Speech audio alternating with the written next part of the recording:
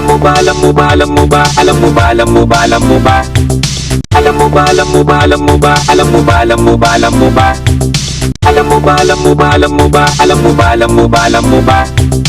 Alam mo ba, alam mo ba, alam mo ba? Magandang araw, kamusta po kayo? Ako po si Almo, ang host at creator ng Buhay Tuklas. Samahan niyo po ako sa mga pagtuklas at pagpapakilala at dagdag kaalaman para sa inyong mga manunood ng YouTube video. Nais kong makapagbigay ng saya at konting kaalaman sa inyo bilang isang tagalikha. Halina't samahan niyo ako at ating saliksikin ang natatanging sustansya at lunas sa mga karamdaman na kayang ibigay ng prutas na ito, ang guyabano.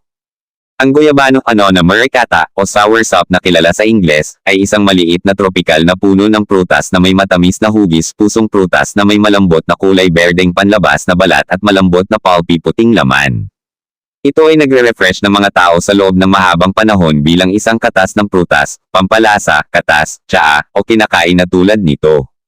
Ito ay malawakang nililinang sa Central America, ilang sub-Saharan na bahagi ng Africa, at sa Southeast Asia, kasama ang Pilipinas. Guya prod. Pero bukod sa mayaman sa carbohydrates, dietary fiber, at vitamin C, B1, at B2, alam mo ba kung bakit napakabuti nito para sa iyo? Ang mga pag-aaral ng Chemicals and Energy Division (CED) ng Industrial Technology Development Institute (DOST-ITDI) ng Department of Science and Technology ay nagpapakita na ang guyabano ay karaniwang may mataas na flavonoid content. Ang mga flavonoid ay mga phytochemical na natuklasang pumipigil sa paglaki ng mga virus, carcinogens, at allergens. Ang mga ito ay ilan lamang sa mga benepisyo na nilalayo ng DOST-ITDI na gamitin habang ito ay nagpapaunlad at nagpo-promote ng guyabano bilang natural na dietary health supplement. Ayon sa kaugalian, ang guyabano ay kinakain ng mga diabetic upang mapababa ang kanilang asukal sa dugo, at ang mga pagsusuri ay nagpakita na ito ay higit pa sa pagganap ng metformin, ang pinakakaraniwang ginagamit na gamot sa pagpapanatili ng mga diabetic, sa pagpapababa ng mga antas ng glucose sa dugo. Kaya naman kailangan ng mas maganda at mas maginhawang packaging para sa guyabano upang palakasin ang marketability nito. Ang CED ng ITDI, habang sumusunod sa mga pamantayan ng WHO, na proseso at nakapackage ang mga prutas at dahon ng guyabano sa 250 at 300 mg na kapsula o sa 2 gramo na tibag. Kaya, ang guyabano capsules at tibags ay mas convenient na ngayong gamitin. Ang mga ito ay standardized at natural na pinoproseso, at sa gayon ay ginagarantiyahan na ligtas, sabi ni Annabel Briones, CED Chief Science Research Specialist. Bilang karagdagan, ang guyabano ay napatunayang siyentipiko at tradisyonal na may malaking likas na benepisyo. Nakakatulong ito sa pagpapababa ng lagnat, pulikat, tibok ng puso, at presyon ng dugo.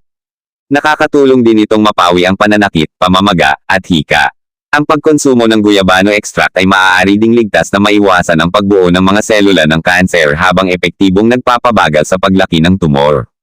Nakakatulong din itong pigilan ang paglaki ng mga nakakapinsalang bakterya, virus, fungi, at parasito, kahit na pinasisigla nito ang panunaw at pinipigilan ang mga kumbulsyon. Sa ITDI, nagsagawa ang mga mananaliksik ng CED ng thin layer chromatographic fingerprinting at phytochemical screening sa guyabano extract upang matukoy ang chemical makeup nito.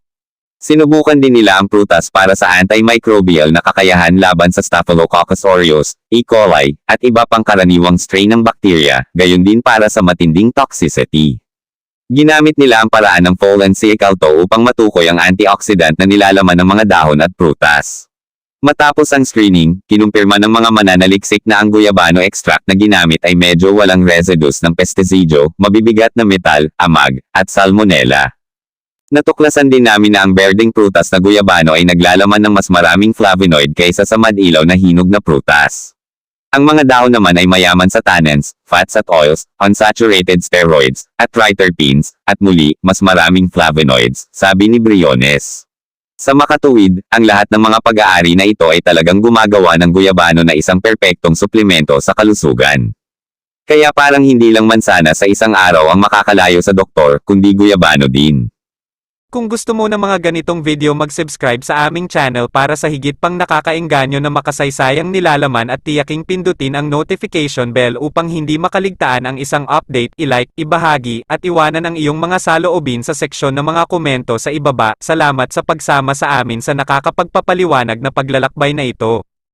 Hanggang dito na lang mga kaalam ko at umaasa po ako na napasaya ko kayo at nakapagbigay ako ng konting kaalaman. Kung nagustuhan po ninyo ang content, inaanyayahan ko po kayo na mag-subscribe at hit the notification bell para sa mga bagong video na aking ilalabas at paki-like na rin po ang video bilang tulong at pagsuporta sa Buhay Tuklas. Maraming salamat po and God bless.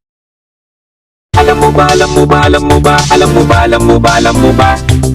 Alam mo ba, alam mo ba, alam mo ba, alam mo ba, alam mo ba, alam mo ba? Alam mo ba, alam mo ba, alam mo ba, alam mo ba, alam mo ba, alam mo ba? Alam mo ba, alam mo ba, alam mo ba?